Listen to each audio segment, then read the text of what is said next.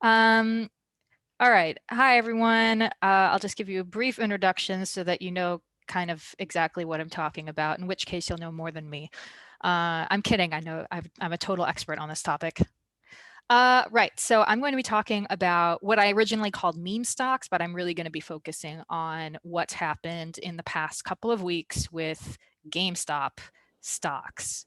And I will explain everything. There was a television show in the 90s in the States called Clarissa Explains It All. And every time I have to say I'm going to explain something, I like feel that coming back. Anyway, right. So that was not part of my speech. If you were interpreting that already, good for you, extra points. And I'm going to start for real now.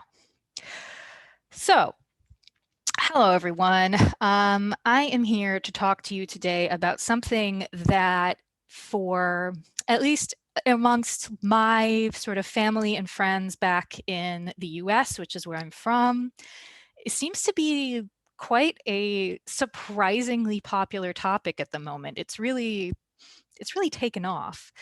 And I don't know if that's the case where you are. I don't get the impression that it's really on everyone's lips here in the UK where I live now, but maybe I'm wrong. Maybe, I'm just not paying attention. That is entirely possible. But I do think that it's really kind of captured the consciousness of the US, at least amongst the circles that I frequent, because it has these main characters that are pretty well known, or that are like accepted concepts in the US. And those three characters are A, Reddit, B, GameStop, and C, Wall Street institutions, Wall Street hedge funds. I will explain to you what all of these are in case you'd never heard of them before, so never fear. Let's start with character number one, and that is Reddit. Or more specifically, I'm talking about a subreddit called Wall Street Bets, r/Wall Street Bets, if you want to go there. I don't know if you want to go there because from what I've heard from what I've heard of it, it's actually a pretty weird place. I mean, it's on Reddit, so of course it's a weird place. But yeah, it sounds like the kind of place where you have lots of people hurling insults at each other, lots of offensive language, lots of really off-color jokes. And yet mixed in with all of that kind of ugliness, you apparently get some really intelligent and incisive stock market analysis. Who knew? They describe themselves as 4chan meets a Bloomberg terminal. So the most disgusting parts of the internet plus financial advice. I didn't know that the world needed this, but apparently it did because we've got it now. So what's this all got to do with Wall Street Bets, the subreddit? Let's go back 2 years to find out. Now, back 2 years ago, one of these maybe more savvy characters on Wall Street Bets posted something to that subreddit about, enter character number two, GameStop. So GameStop is it's a chain of stores in the U.S. They usually find them in shopping malls, and what do they sell? They sell like physical video games. So this, as you might be able to guess, GameStop's business model is maybe like not doing that well right now. I mean, for one thing, there's a pandemic on, so you can't go into shops anyway, right? But even before that, I mean, a bricks and mortar store that sells physical video games, it's not exactly got like success written all over it, does it? And so the share price reflected that rather murky outlook. And in the past, or in the 7 years, sorry, in 2012, it started off at about $50 a share. And over the past 7 years, as its prospects have darkened, it's gone down to about $5 a share.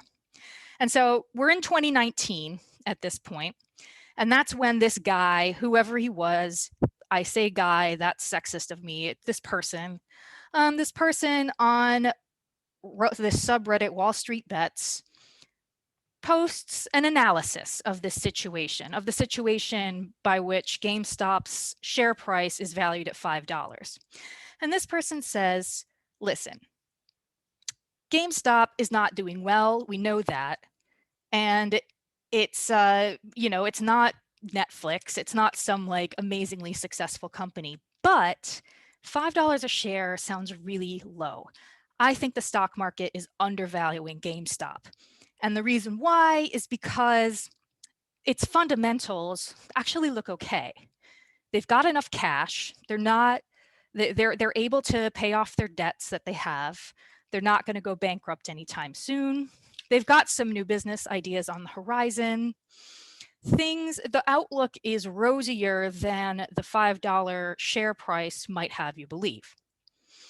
Okay, so, this is just some person's analysis.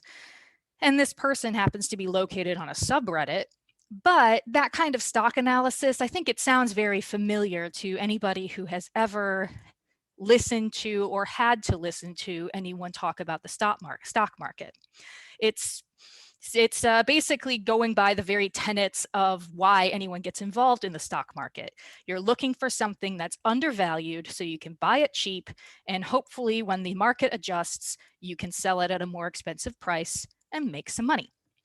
So, this all sounds pretty okay so far. And it's not just some random person on Reddit who was following this line of thinking. There were a few, not many there, but some of the more conventional fat cat Wall Street types who thought that maybe GameStop was doing better than the market price would have you believe.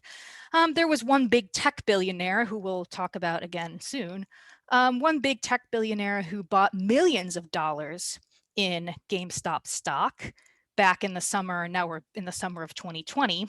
But even one person coming in, swooping in and buying millions of dollars in this stock didn't do much to change the stock price. It stayed at about $5 a share.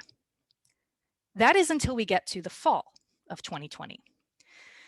In the fall of 2020, we're back on these Wall Street Bets subreddit, which I swear to God, it sounds like hell on earth. It sounds like a horrible place. I don't know why people would spend time there. I have not gone to look at it for myself because I'm not going to do that to myself. But anyway, so we're back on r/Wall Street Bets, and another subredditor comes onto the scene who says, all that stuff that we've been saying about GameStop, it's true. The stock is massively undervalued, but we can use this to our advantage, everybody, because we can use the fact that GameStop is undervalued to bankrupt character number 3 in our tale. Character number 3 being Wall Street hedge funds. Where's he going with this? Because this is where I got really confused. So basically, here's how it works. And in order to understand it, we all have to learn a little bit about the stock market.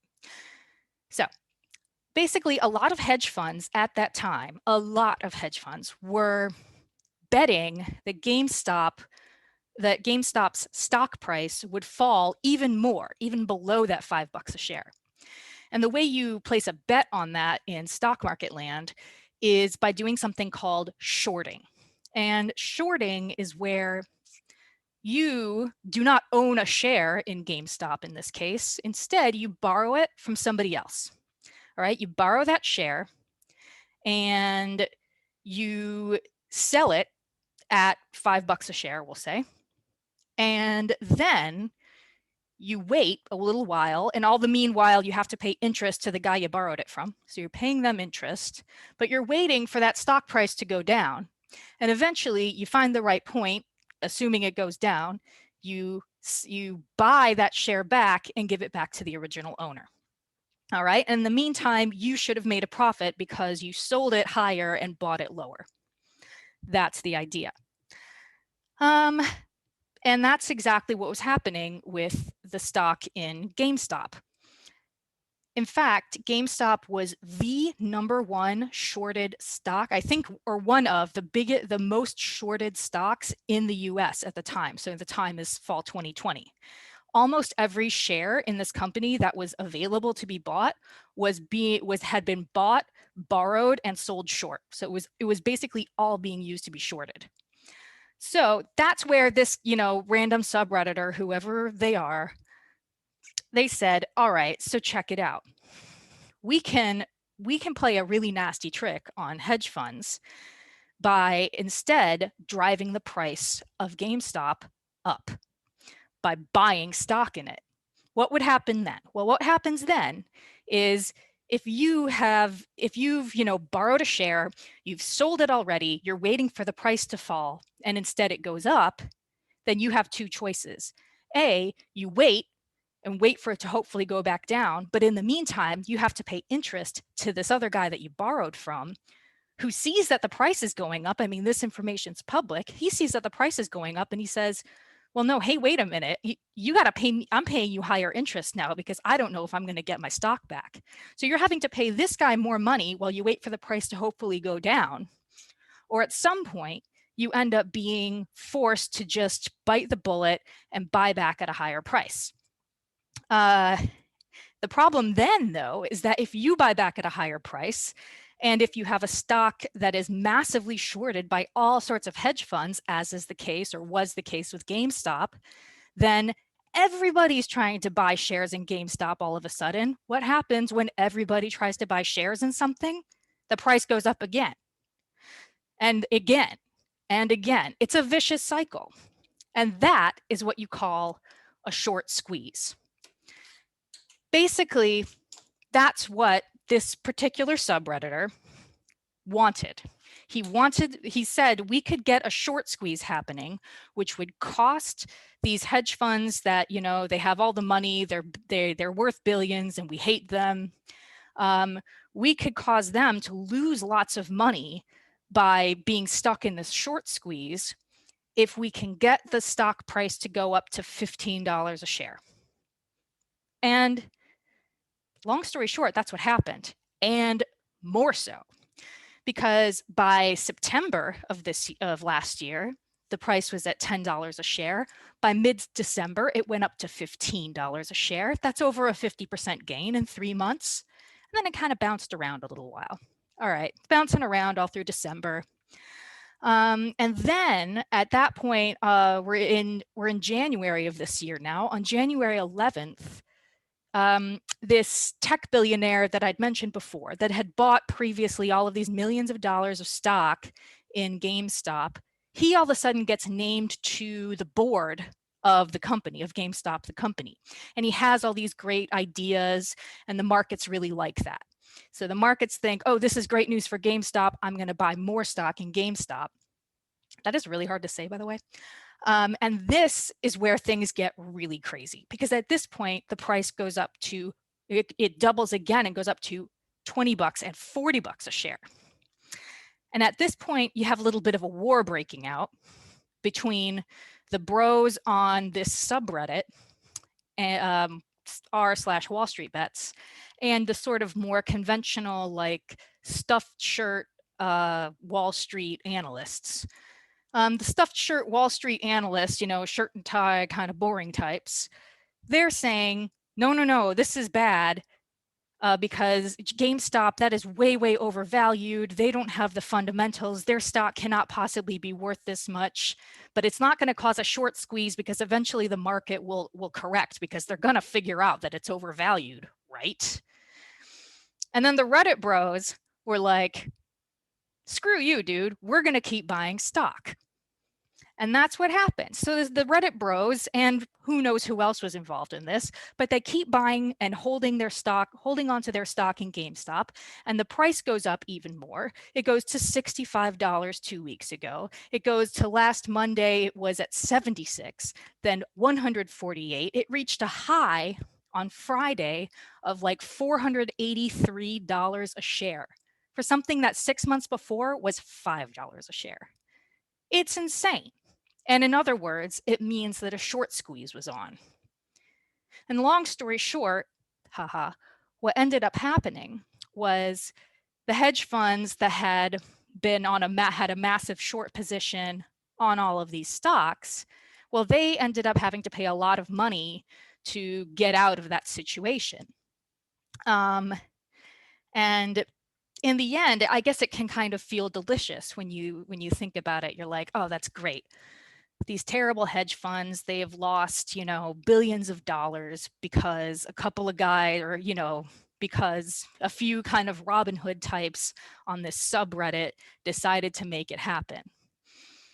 It's a really nice narrative, and part of me really likes that. But I actually think that we need to think more about who these subreddit bros are. Because if you have the type of money where some of these guys were spending hundreds of thousands of dollars in GameStop, like if you have that kind of money laying around, you're not just some you're not some everyman who is playing Robin Hood. I don't think that the sort of the conventional or the conventional wisdom that I have seen coming out from my friends in the States talking about how it's the common man rising up against the hedge funds, ha ha ha. I unfortunately don't think that that's really the truth. And I wish I had a better conclusion to this, but the fact is that the story is still ongoing, and I think there's going to be a lot more to find out in the end. And so I guess watch this space. Thank you.